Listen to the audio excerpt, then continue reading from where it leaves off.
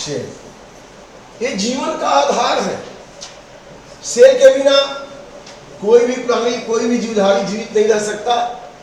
Cell है तो जीवन है, क्योंकि सेल के अंदर ही जीवन की प्रक्रियाएं चलती हैं। हम श्वसन करते हैं, श्वसन कर रहे हैं, रेस्पिरेशन कर रहे हैं, ब्रीदिंग कर रहे हैं। कभी आपने सोचा है ये आपने सांस लिया, वो ऑक्सीजन कहाँ जा रही है और फिर CO2 कहाँ से आ रही है? आपने ऑक्सीजन लिया और छोड़ रहे हैं तो क्या निकल रही है? कार्बन डाइऑक्साइड निकल रही है। इसका मतलब कहीं ना कहीं कुछ और हो रहा है। आपने लिया ऑक्सीजन और छोड़ रहे हैं CO2।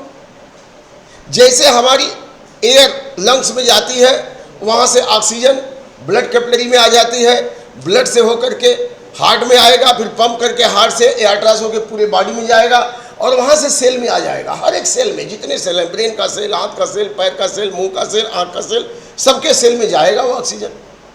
और वहाँ ग्लूकोज भी पहुँचा हुआ है। अब उस सेल के अंदर माइटोकॉन्ड्रिया में, पावर हाउस आपने सेल सुना होगा, mitochondria is called power house, बताया गया कि नहीं? पावर हाउस क्यों कहा गया है? वह ग्लूकोज जब सेल के अंदर जाती है, पायरुविक एसिड में बदलती है, फिर इसके बाद वो माइटोकॉन्ड्रिया में आता है, तब ऑक्सीजन का इस्तेमाल होता है उस माइटोकॉन्ड्रिया में, सेल के अंदर। और वह पूरी तरह से ग्लूकोज टूटता है, एनर्जी निकलती है, एनर्जी फटाफट ATP में पैक हो जाती है और CO2 निकलता है। और CO2 फिर दनादन सेल से बाहर निकला, ब्लड में आया, ब्लड से होकर के फिर हार्ट में आया, हार्ट से पंप करके लंग्स में गया, लंग्स से फिर इतनी सारी प्रक्रियाएं होती है। अब हम जो कुछ भी खाते हैं, जिसे आपने ब्रेकफास्ट किया है, जो भी डाइजेस्ट किया, उसको डाइजेशन के बाद फिर ग्लूकोज कहाँ जाएगा? उसी ब्लड से होकर के सेल में आ जाएगा, सेल में ऑक्सीडाइज होगा, ग्लूकोज एनर्जी देगा ऑक्सीजन की उपस्थिति में। आप देखते हैं 1:30 बजते बजते आपको भूख लग जाती है, लगती है कि नहीं? जैसे 1:30 बजा, आपका एंटीना बता देता है कि अब तो 1:30 बज गया है, क्योंकि भूख लग रही। क्यों भूख लग जाती है? अभी आपको भूख नहीं लगी होगी, क्योंकि आपने नाश्ता कर लिया, डाइजेशन हो गया, ग्लूकोज पर्याप्त मात्रा में ब्लड में दौड़ रहा है और सेल में आ रहा है, एनर्जी मिल रही है। आपके पॉकेट में मान लीजिए 100 रुपया पेरेंट ने दिया है, महीने के लास्ट तक आपने पेन पेंसिल जो भी खरीदा, लास्ट तक पॉकेट में 100 रहेगा कि खर्च हो जाएगा? खर्च हो जाएगा। वैसे ही जो ग्लूकोज आपने लिया डाइजेशन के बाद जो बना ब्लड में, अब लंच का समय आते आते वह ग्लूकोज आपको एनर्जी दे चुका है। अब आपके ब्लड में ग्लूकोज का लेवल क्या हो गया? कम हो गया। जब कम हो गया तो वही ब्लड हमारे ब्रेन में जाता है, हाइपोथैलेमस में हंगर सेंटर होता है। अब वो हंगर सेंटर बताता है कि भाई ग्लूकोज तेरे बॉडी में कम हो गया है। अब वो भूख लगा देता है, भूख लगती है। अब यहाँ से आप छूटते हैं, जाते हैं हाउस में, थाली वाली लेते आते हैं, फिर लंच कर लेते हैं। होता है ऐसा कि नहीं? इसका मतलब जो कुछ हमने खाया, डाइजेशन के बाद जो ग्लूकोज बना, अमाइनो एसिड बना, फैटी एसिड, ग्लिसरॉल बना, विटामिन बना, वो सारा फिर सेल में आकर के ही यूज होता है। ऑक्सीजन सेल में ही जाके यूज होता है। इसका मतलब हमारे जीवन का आधार भी क्या है? सेल है। तो इसको जानना बहुत जरूरी है कि सेल में और कौन कौन से ऑर्गेनिल्स हैं जो हमारे लिए काम करते हैं, जो हमारे जीवन को जीने के लिए काम करते हैं। इसके बाद हम सेल को देखेंगे भी। तो सबसे पहले तो इसके डिस्कवरी के बारे में ढेर सारे क्वेश्चन आते हैं, और ये क्वेश्चन केवल 9 में ही नहीं आएंगे। जब आप आगे जाएंगे, PCS IAS का एग्जाम देने जाएंगे, वहाँ भी जनरल साइंस में ये सब क्वेश्चन आते हैं। इसीलिए बिल्कुल ध्यान से सुनिए। अगर आपको इसमें कोई किसी को IAS बनना है, PCS बनना है, वहाँ भी वो कंपटीशन में आएगा। नीट देना है, वहाँ भी आएगा, आपका पीछा नहीं छोड़ेगा। इसलिए बिल्कुल ध्यान से समझिए, ठीक है? तो the fundamental unit of life cell, यह एक बेसिक यूनिट ऑफ लाइफ है। इसके बिना जीवन संभव नहीं है। और सबसे पहले हु डिस्कवर्ड? Robert Hooke. मैंने कल लिखाया था, नहीं लिखे होंगे तो लिख लीजिएगा। Robert Hooke. हैंडराइटिंग समझ में आ जा रही है? लिख पा रहे हैं सब लोग? दिक्कत होगी तो बता दीजिएगा। रॉबर्ट हुक कब इन्होंने खोजा? इन 1665। इन्होंने क्या किया? Discovered the cell. क्या खोजा? Discovered the cell. लेकिन इन्होंने जो सेल खोजा था, वो सेल कैसी थी? वो डेड सेल थी, क्योंकि डेड सेल कार, अब इस लकड़ी का कार निकालेंगे तो डेड ही रहेगा ना सेल। लिविंग पत्ती का निकालेंगे तो लिविंग होगा। देखा था आपने डेमोन्स्ट्रेशन जब कर रहे थे, आप ही लोग आए थे? कौन आए थे? हमने पालक की पत्ती का छोटा छोटा पीस पानी में डाला था, फोटोसिंथेसिस हो रहा था, वो लिविंग सेल था। तो इसके बाद कैप्टन हुक ने क्या किया, एंटोनी क्लास में ही लर्न कर लीजिए, वान लीवेन LEUWE लीवेन HOEK लिखेंगे हम, इन 1674 डिस्कवर्ड लिविंग सेल। कैसी सेल खोजा? Yes, discovered living cell. इन्होंने लिविंग सेल को देखा और इन्होंने डेड सेल को देखा था, कार्क से देखा था। यहां पे लिख लीजिएगा कि discovered cell from cork slice, cork की स्लाइस से देखा तो कार्क चूंकि डेड था तो सेल भी डेड था।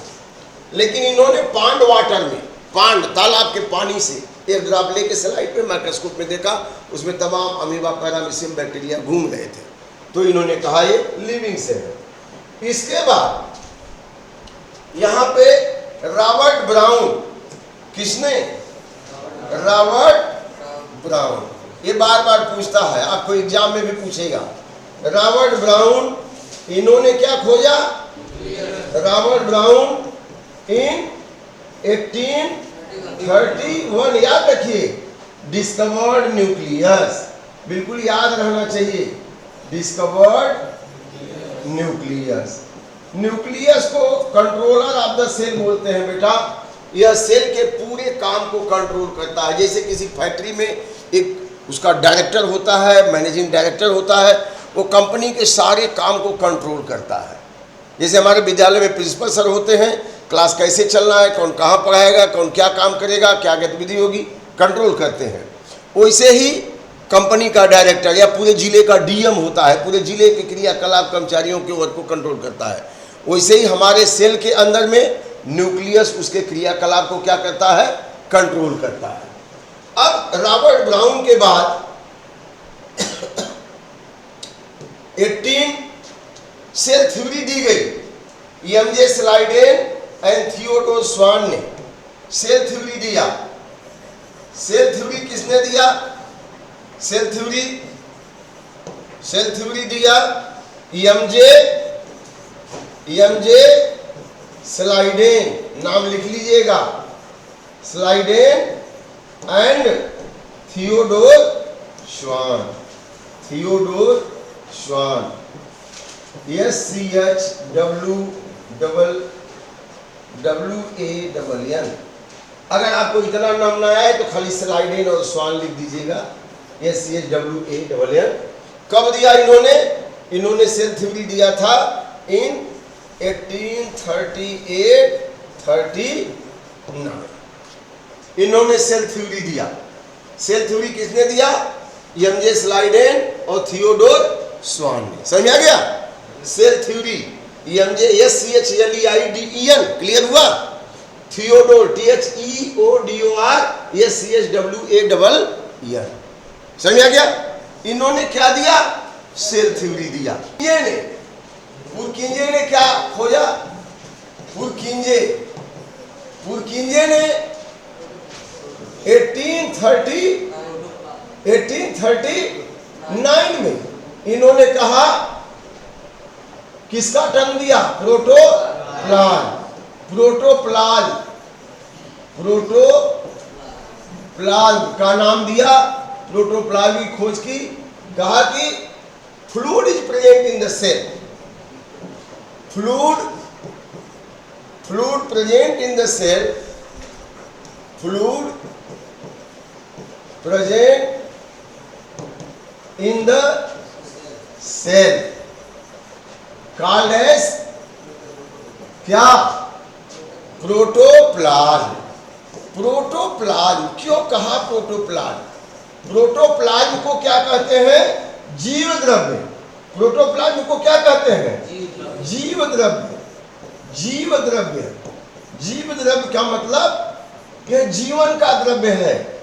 जैसे एक तालाब में पानी है तब तो वहाँ एल्गी होगा, पानी में रहने वाले और मछलियाँ या जितने भी जंतु होंगे वो होंगे। जैसे तालाब का पानी सूख जाएगा, सारी मछलियाँ, सारी एल्गी, सारे जीव उसमें के क्या होंगे? खत्म हो जाएंगे।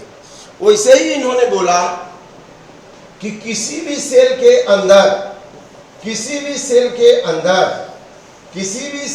अंदर यहाँ पे एक लिक्विड मटेरियल होता है। अगर वो लिक्विड मटेरियल नहीं रहेगा तो सेल जीवित नहीं रहेगा। लिक्विड मटेरियल नहीं रहेगा तो सेल जीवित नहीं रहेगा, और सेल जीवित नहीं रहेगा तो जीव जीवित नहीं रहेगा, क्योंकि सेल ही तो यूनिट है। अब आप सोचिए, ये पौधा है, इसके अंदर का पानी सूख जाए तो प्रोटोप्लाज्म सूख गया, और प्रोटोप्लाज्म सूख गया तो ये पौधा भी क्या होगा, सूख जाएगा कि नहीं। समझ देखते हैं गर्मी के दिन में शाम दोपहर के समय पौधे की पत्तियां एकदम मुरझा जाती हैं, अगर उनको पानी दे दीजिए तो फिर क्या हो जाती है, हरी भरी हो जाती है।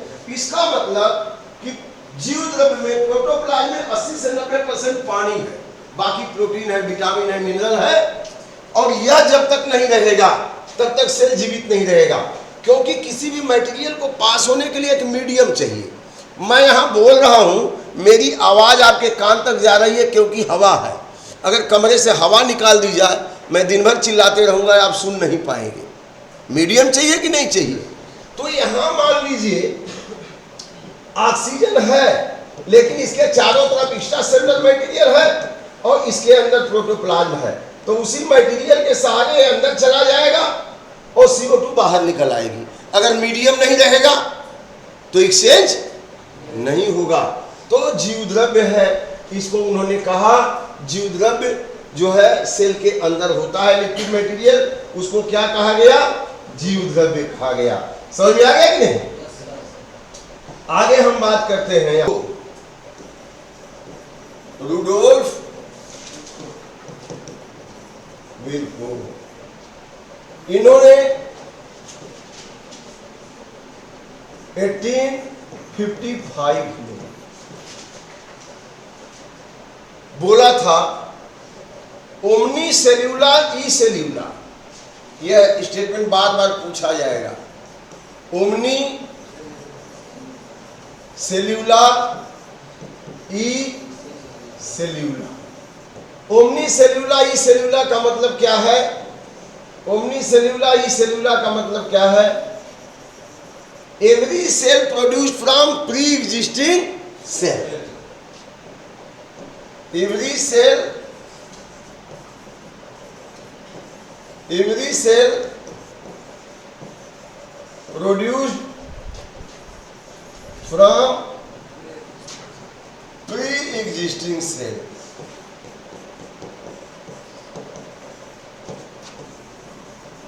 प्री एग्जिस्टिंग सेल मैंने जैसे बताया, ये मटर का दाना है, इसके अंदर सेल है, एम्ब्रियो है।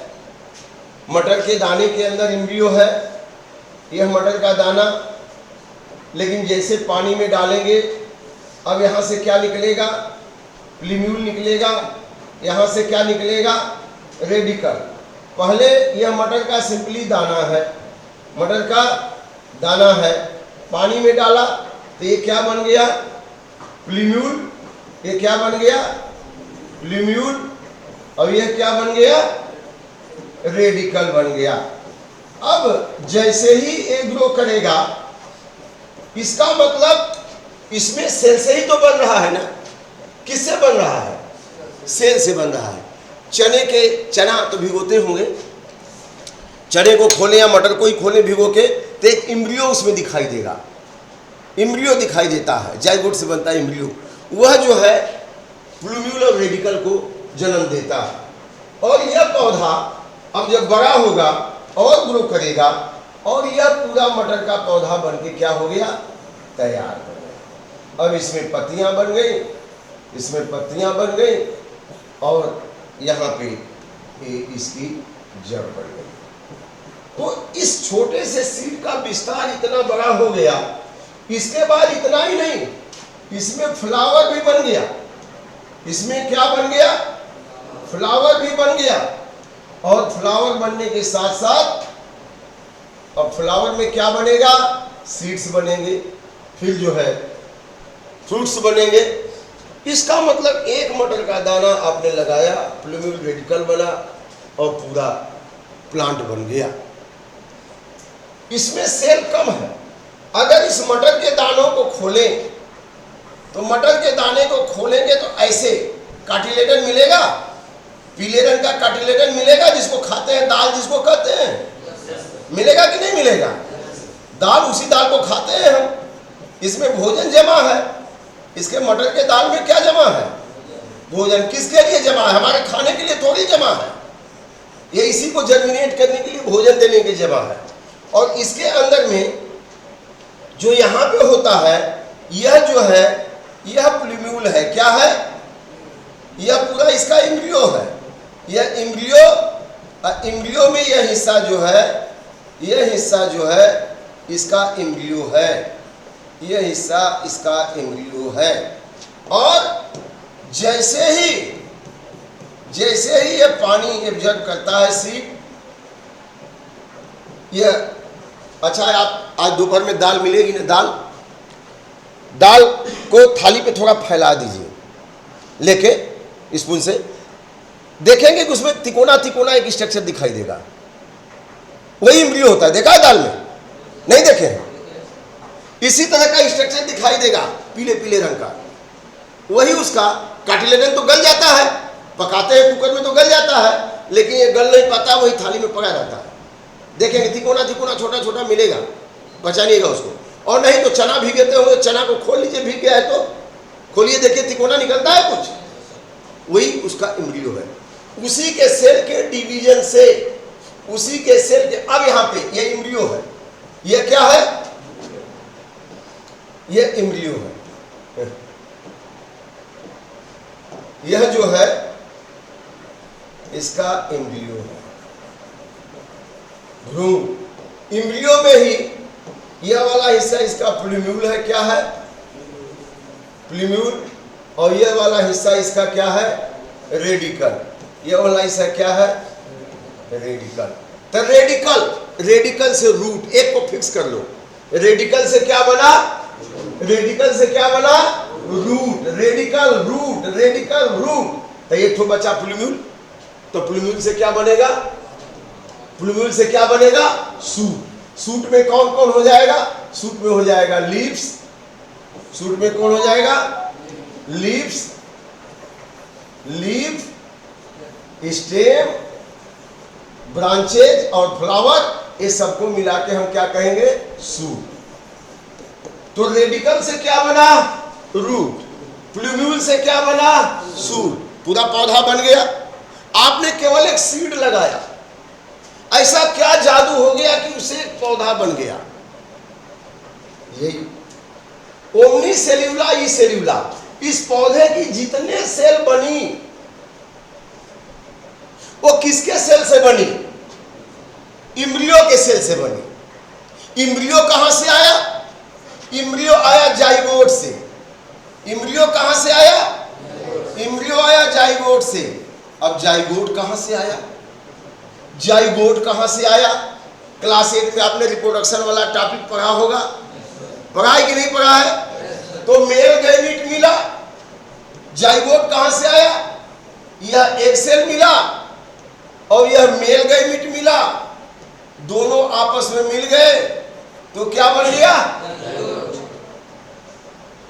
तो पेरेंट प्लांट के फ्लावर से मेल और फीमेल गैमीट मिला, दोनों सेल मिलकर के जाइगोट बना लिए। ये सो रही है कहा? पूरा पौधा, फिर यहाँ फ्लावर बनेगा, फिर मेल गैमीट, फीमेल गैमीट, फिर फ्यूज होंगे, फिर जाइगोट, फिर एम्ब्रियो, फिर नया पौधा। इसका मतलब ओमनी सेल्यूला,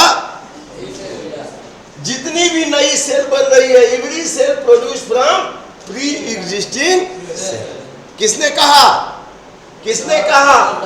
रुडोल्फ विल्कोन। समझ आ गया? समझ आ गया कि नहीं? Okay, very good. आप बड़े हो रहे हैं, आपके शरीर में जो सेल है वो डिवाइड हो रही है, इसीलिए आप बड़े हो रहे हैं।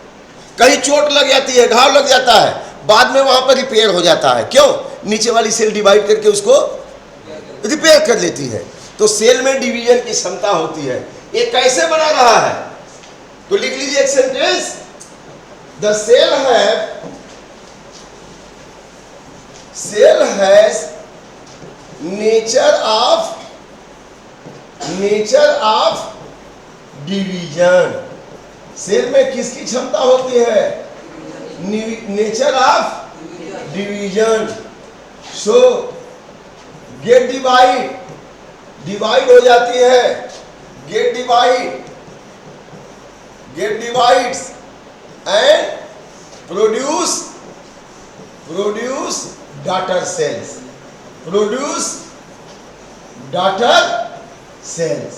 अब यहां पे एक सेल है, यह एक सेल है, अब ये माइटोसिस डिवीजन करेगी, तो यह बन जाएगा वैसा ही सेल। इसको हम क्या कहेंगे? Daughter cell.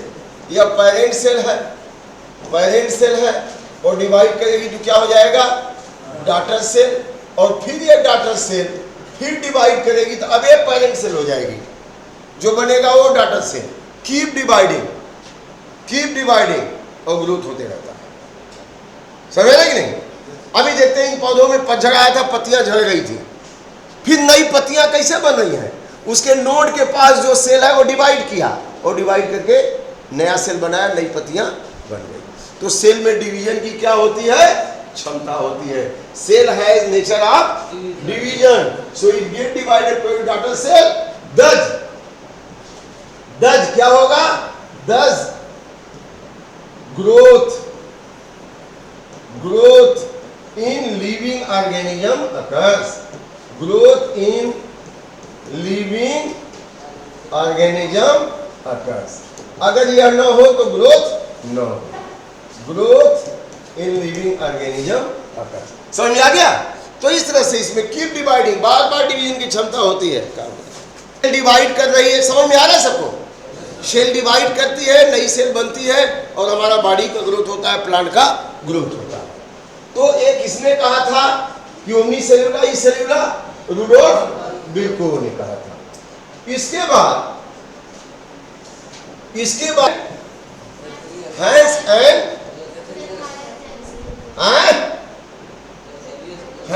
And Zacharias Jansen, यह इनके फादर थे और ये इनके बेटे थे। दोनों लोग चश्मे की दुकान किए थे। Hence and Zacharias Jansen discovered क्या? Compound microscope. Discovered compound microscope. Compound microscope. सुनिए इधर आइए। हैंस एंड जैकेरियस जैनसन ने कंपाउंड माइक्रोस्कोप की खोज की।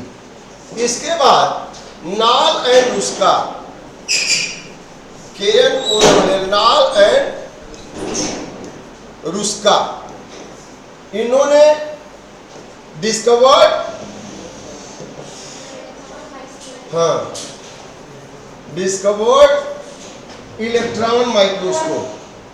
Electron microscope.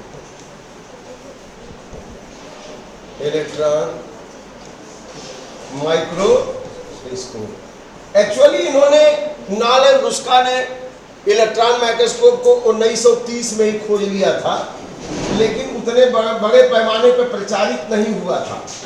बाद में 1940 में, इन 1940 बड़े पैमाने पर प्रचारित हुआ। इसीलिए आपके बुक में लिखा होगा कि इलेक्ट्रॉन माइक्रोस्कोप की खोज 1940 में हुई, ऐसा करके। लेकिन खोज तो 1930 में ही हो गई थी, लेकिन दुनिया के सामने आने में 10 साल का समय लगा। तो इन 1940 Vladimir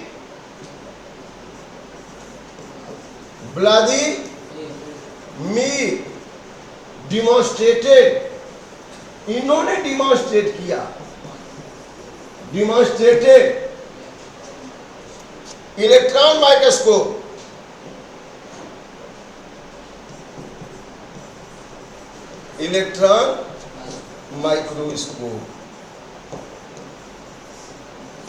on commercial level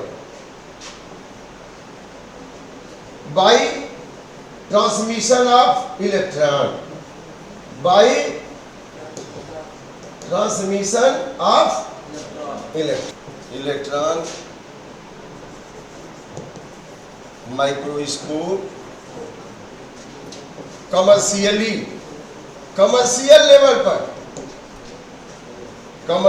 level by transmission of electron by transmission of electron. खोज किसने किया?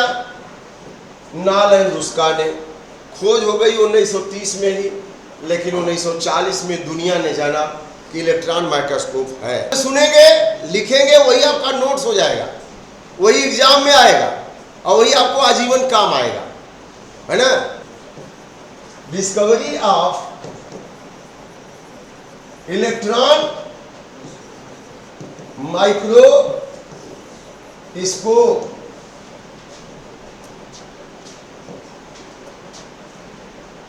सेवरल सेल ऑर्गेनिल्स, माने सेल के अंदर छोटे छोटे ऑर्गन वो भी देखे गए। इसे तो आप सेल देख लेंगे, लेकिन उसका बाकी mitochondria, chloroplast, endoplasmic reticulum, गाल्जी body, ये सब नहीं देख पाएंगे। उसको देखने के लिए आपको क्या चाहिए? इलेक्ट्रॉन माइक्रोस्कोप चाहिए, ठीक है ना। तो several cell organelles were observe, इसके बाद ऑब्जर्व हुए। किसकी डिस्कवरी के बाद?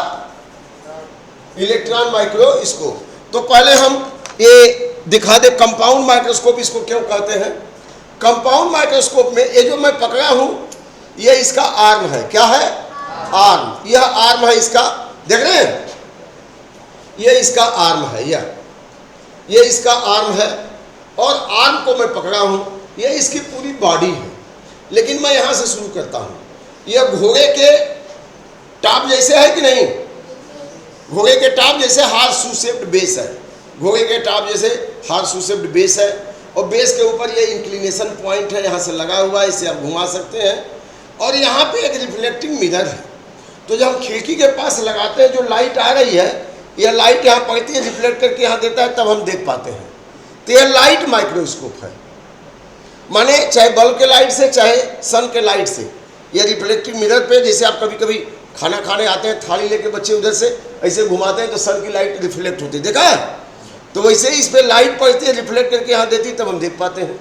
तो यह लाइट माइक्रोस्कोप है, लाइट से चलता है। लेकिन इलेक्ट्रॉन माइक्रोस्कोप में लाइट की जरूरत नहीं, बीम ऑफ इलेक्ट्रॉन जब आएंगे तब जाके दिखाई देता है। तो बहुत छोटा भी स्ट्रक्चर उसमें दिख जाता है, समझ रहे कि नहीं। अब यह रिफ्लेक्टिंग मिरर है, और यहाँ पे स्टेज है। जैसे आपका MP हॉल में स्टेज बना है, वहाँ पे आप प्रोग्राम देते हो, वैसे यहाँ पे स्टेज है। इसी स्टेज के ऊपर हम स्लाइड रखते हैं।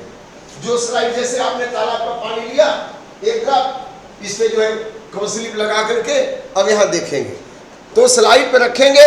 और यह स्लाइड क्लिप है। स्लाइड क्लिप से इसको क्या करेंगे? इसको दबा देंगे। क्या करेंगे? दबा देंगे। जब ये दबा देंगे, इसे इसमें लग गया, अब इसको आप देखेंगे। तो स्टेज, स्लाइड क्लिप, समझ आ गया। अब इसके बाद यहाँ पे यह कोर्स एडजस्टमेंट है, मेगा। इससे ज़्यादा ऊपर नीचे घुमा, देख रहे हैं ऊपर नीचे घूम रहा है कि नहीं घूम रहा है? ऊपर नीचे घूम रहा है। और इससे जब आप लगा लेंगे तो इससे थोड़ा सा, जैसे हमने लगाया तो हमारी एज अभी 57 है, तो हमारा फोकल लेंथ कुछ और है। और मैं कहूँगा आपको देखने के लिए, तो हो सकता है उस समय आपको न दिखे, तो आपको इसको नहीं छूना है, इसी माइक्रो वाले को छूना है, क्योंकि इससे फोकल लेंथ आपका एडजस्ट हो जाए, वो दिखाई देने लगेगा। इसको छुएंगे तो भी डिस्टर्ब हो जाएगा, समझ रहे कि नहीं। तो ज़्यादा घुमाना हो तो यह, और आँख के हिसाब से एडजस्ट करना हो तो इसको। तो यह माइक्रो है, यह फाइन एडजस्टमेंट है, कोर्स एडजस्टमेंट है। इससे आप इसको घुमा सकते हैं। अब प्रश्न उठता है, इसको कंपाउंड माइक्रोस्कोप क्यों कहते हैं? तो यहाँ पे देखिए, एक लेंस यहाँ है ना, एक लेंस ये है, यह आई, यहाँ पे आई हम रखते हैं, ऐसे आई देखते हैं, तो इसको आई पीस बोलते हैं। क्या बोलते हैं? आई पीस। और यह नाक की तरह है, नाक निकली हुई है ना, नहीं निकली है? किसकी नाक सीधी है? सबकी निकली हुई है। तो वैसे ही ये नाक की तरह निकला है, इसको नोज पीस कहते हैं, या नोज पीस न कहे तो कह सकते हैं ऑब्जेक्टिव लेंस, क्योंकि यहाँ ऑब्जेक्ट है, ऑब्जेक्ट यहीं पे है ना, तो जो ऑब्जेक्ट के पास है उसको ऑब्जेक्टिव लेंस कहेंगे, और जो आई पीस यहाँ पे ऑब्जेक्टिव लेंस, ऑब्जेक्टिव पीस। ठीक है, अब इसके हिसाब से कम बेस कर लेते हैं हम। कंपाउंड माइक्रोस्कोप इसलिए कहते हैं कि एक लेंस यहाँ पे है, यहाँ पे है, ये डायफ्राम है। ये डायफ्राम का काम क्या है, इसको घुमा के कम बेस कर सकते हैं। डायफ्राम का काम इतना ही होता है, जैसे आप अंधेरे कमरे में हैं और अचानक से लाइट में जाते हैं तो आप एकदम से दिखाई नहीं देता है। एक बार में अंधेरे कमरे से लाइट में जाते हैं तो नहीं दिखता है, धीरे धीरे दिखता है। और लाइट में से अंधेरे कमरे में जाते हैं तब, लाइट में से अंधेरे कमरे में जाएंगे तब तुरंत, तभी तुरंत नहीं दिखेगा। या अंधेरे से लाइट में जाएंगे तभी तुरंत नहीं दिखेगा। उसका कारण क्या है, जो ये डायफ्राम है, ये बीम ऑफ लाइट ज़्यादा आ रही तो उसको हम कंट्रोल कर सकते हैं डायफ्राम से। हमारे आंख में जो आइरिस होता है, जब हम अंधेरे कमरे में हैं तो लाइट बहुत कम है तो ये पूरा खुल जाता है। इधर रेटिना है तो बहुत कम लाइट है तो पूरा खुला हुआ है ताकि हम देख सकें। और जैसे लाइट में जाते हैं तो इतना खुला है तो बीम ऑफ लाइट आएगा तो रेटिना को डैमेज करेगा, करेगा कि नहीं करेगा। तो रेटिना को डैमेज होने से बचाने के लिए जैसे हम लाइट में जाते हैं एकदम से बंद कर देता है क्लिक करके। पहले शटर पूरा ही बंद हो गया तो दिखाई नहीं देगा, अब धीरे धीरे धीरे धीरे खुलेगा और उतना ही खुलेगा जिससे देखने पर लाइट आ जाए। तो बाहर तो खूब लाइट है तो थोड़ा सा खुल गया तो देख पा रहे हैं। अब जब अंधेरे कमरे में आएंगे तो जितना खुला है उससे लाइट नहीं मिल पाएगी तो फिर नहीं दिखाई दिया तो फिर क्या करेगा, पूरा खुल जाएगा। समझा कि नहीं। आइरिस वैसे ही यहाँ पे हमारा, यहाँ पे डायफ्राम है माइक्रोस्कोप। ज़्यादा लाइट है तो कम कर लेंगे, कम है तो बढ़ा देंगे। तो इस तरह से इसको हम कंपाउंड माइक्रोस्कोप बोलते हैं, क्योंकि यहाँ लेंस है, यहाँ लेंस है, यहाँ है, इधर रिफ्लेक्टिव मिरर है, तो कई लेंस मिल करके किसी भी ऑब्जेक्ट को बड़ा दिखाते हैं। इसीलिए हम इसको क्या कहते हैं, कंपाउंड माइक्रोस्कोप। अब प्रश्न उठता है कि कोई भी ऑब्जेक्ट यहाँ रखते हैं तो कितना बड़ा हम देख पाएंगे, कितना बड़ा देख पाएंगे।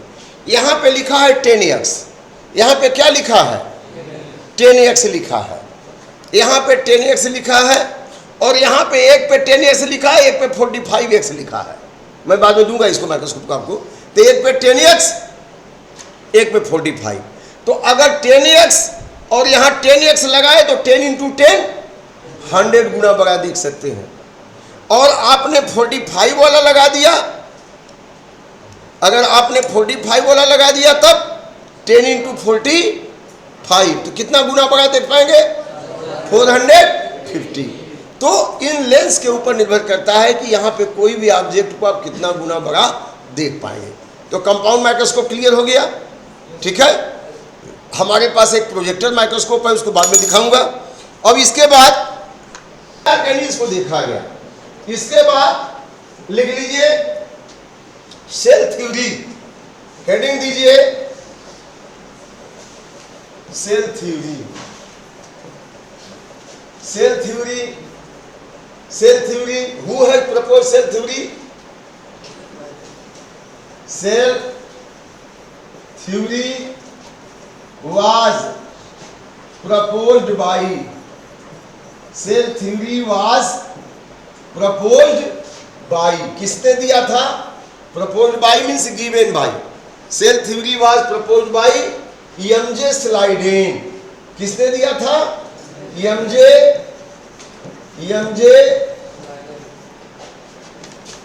Slydane and Theodore Schwann.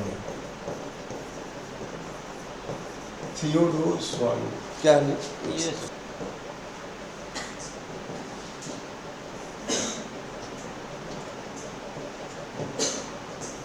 Yes, स्वान ने दिया। तो सेल थ्योरी में कब दिया इन्होंने सेल थ्योरी? कब दिया था cell theory? When he proposed cell, they proposed cell theory in 1838, 39, 38-39 में इन्होंने सेल थ्योरी दिया। क्या है सेल थ्योरी? किसे कहेंगे सेल थ्योरी? क्या है, क्या कहा इन्होंने सेल थ्योरी में? तो इन्होंने कहा cell is the structural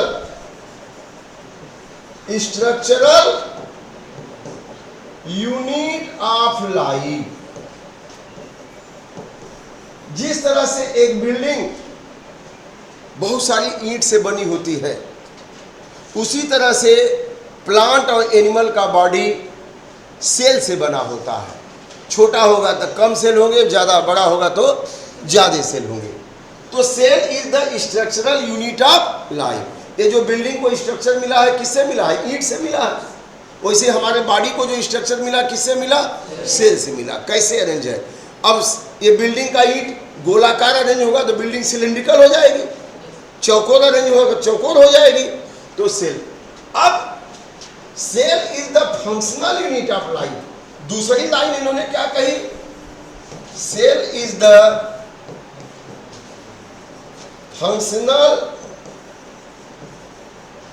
unit of life. Cell में जितने फंक्शंस होते हैं, डाइजेशन, रिस्पिरेशन, मूवमेंट, हम बोल रहे हैं, देख रहे हैं, ये सब कहीं ना कहीं सेल का कमाल है। अब आप कहेंगे कि देखने में कहाँ सेल का कमाल है? वो तो हम आंख से देख रहे हैं। तो आंख किससे बनी है? स्क्लेराटिक, कोरोइड, रेटिना, ये 3 लेयर हैं। तो उसमें रेटिना में तो सेल ही तो है, रॉड्स और कोन्स, तभी तो हम देख पाते हैं। तो सेल का ही कमाल है। हमें जो लिख पा रहे हैं यहाँ पे मसल सेल है, यही मूव कर रही है, तब हम लिख पा रहे हैं। तो cell is the functional unit of life. Cell is the structural unit of life, cell is the functional. समझ आ गया कि नहीं? यही हो गया इनका। और इसके बाद the cell has nature of division. Cell में विभाजन की क्षमता होती है। यह बाद में जोड़ा गया जब रुडोल्फ विर्को ने क्या दिया? ओमनी सेल्यूला, ई सेल्यूला, 1855 में। तो cell has nature of division. Cell में विभाजन की क्षमता होती है। तो ये रहा बच्चों सेल थ्योरी। समझ में आ गया सबको? लिख लिए सब लोग? बहुत बढ़िया। और इसके बाद हम लोग देखेंगे डिफरेंट टाइप्स ऑफ सेल कैसे हैं, कैसे दिखते हैं। अब on the basis of shape and size आगे बढ़े। On the types of cell, types of cell on the basis of shape and size, on the basis of shape, cell is following type. Cells are different types. Shape के आधार पर अब कोई cell बिल्कुल Oval है। शुतुरमुर्ग का अंडा सबसे बड़ा सेल है। मुर्गी का अंडा वो भी एक सेल है, देखे है ना? शुतुरमुर्ग का अंडा सबसे बड़ा सेल है। तो एग अपने आप में सेल है, ठीक है? इसके बाद हमें देखें मसल सेल। हमारे मांसपेशी में यह भी एक सेल है, सिलिंड्रिकल है एकदम। इसके अंदर में डार्क और लाइट बैंड है। इसके अंदर में क्या है? डार्क और लाइट बैंड है। ये मसल सेल हो गया। बनाते चलिए। बायोलॉजी में बनाना, बनाना माने केला नहीं, बनाना माने ड्रा करना। बनाना और पहना दोनों जरूरी है। आप घर में जाते हैं, आपकी मम्मी खाना लगाती हैं, दाल में थोड़ा घी डाल देती हैं, तो कैसा हो जाता है? स्वादिष्ट। वैसे ही जब आप बायोलॉजी पढ़ेंगे और डायग्राम बनाएंगे तो स्वादिष्ट हो जाएगा, नंबर ज़्यादा मिलेंगे, आपको सीखने की प्रक्रिया तेज होगी। इसलिए आलस से मत करना, ठीक है? कॉपी में डायग्राम होना चाहिए, ठीक है? तो मैं इसीलिए बना रहा हूं कि आप सीखें, नहीं तो किताब में खोल के दिखा देता, काम खत्म। ऐसे काम नहीं खत्म होगा जब तक आप सीखने जाए। तो और यहां पे ढेर सारे न्यूक्लियस है। तो ये कौन सी सेल है बेटा? मसल सेल है। ये कौन सी सेल है बच्चों? Muscle cell. जैसा काम वैसा इनका नाम। अभी आप लोग 9वीं में पढ़ रहे हैं, सब स्टूडेंट 11वीं में जाएंगे, कोई बायोलॉजी लेगा, कोई मैथ लेगा, कोई आर्ट लेगा, कॉमर्स लेगा। अब जो बायोलॉजी लेगा, नीट निकाल लिया तो 5 साल के बाद क्या कहलाएगा? डॉक्टर। जो जेई निकाला 5 साल के बाद क्या कहलाएगा? इंजीनियर। जो IAS PCS निकाला तो DM कलेक्टर कहलाएगा। जो काम करेंगे वही आपका क्या हो जाएगा? नाम हो जाएगा। तो सारी सेल उन्हीं सेल से बनी है, लेकिन जैसा जैसा काम वैसा उनका नाम। समझ आ रहा है कि नहीं? काम के आधार पे उनका नाम अलग अलग हो जाता है। ये मसल सेल हो गई। एक मसल सेल और है जो हमारे एलिमेंट्री कैनाल के वाल में होती है, ब्लड वेसिल में होती है, यूरिनरी ब्लैडर में होती है। ये तो हम लोग की इच्छा से कॉन्ट्रैक्ट करती है, इसीलिए इसको कहते हैं वॉलंटरी मसल। इसको क्या कहते हैं? वॉलंटरी। हम लोग की इच्छा से, जैसे हम चाह रहे हैं तो लिख रहे हैं, मनमाना तो नहीं लिख रहे, है ना? इसको कहते हैं वॉलंटरी मसल। क्या कहते हैं? Voluntary muscle. वॉलंटरी माने ऐच्छिक, वॉलंटरी मसल। और यह जो है इनवॉलंटरी है। यह कौन है? इनवॉलंटरी है। कौन? ये भी मसल सेल है, ये भी मसल सेल है, लेकिन कैसी है? इनवॉलंटरी। यह हम लोग की इच्छा से नहीं कॉन्ट्रैक्ट करती। जैसे आपका पलक झपक रहा है, उसको बोलते हैं झपकने के लिए, अपनी मर्जी से। अब हमारा हार्ट भोजन खाते हैं, हमारे स्टमक में भोजन पचाना शुरू कर देता है। हम कहने जाते हैं कि भैया खा लिया, पचाओ उसको, भूल जाएंगे तो पचेगा नहीं, ऐसा तो नहीं है। हमारा ब्लड वेसिल है, ब्लड दौड़ता है, वो फल्दे से उड़ते रहता है, तो अपने आप ही हो रहा है। तो जो अपने आप हो रहा है उसको क्या कहेंगे? इनवॉलंटरी। और एक और मसल हमारे बॉडी में बहुत शानदार होती है,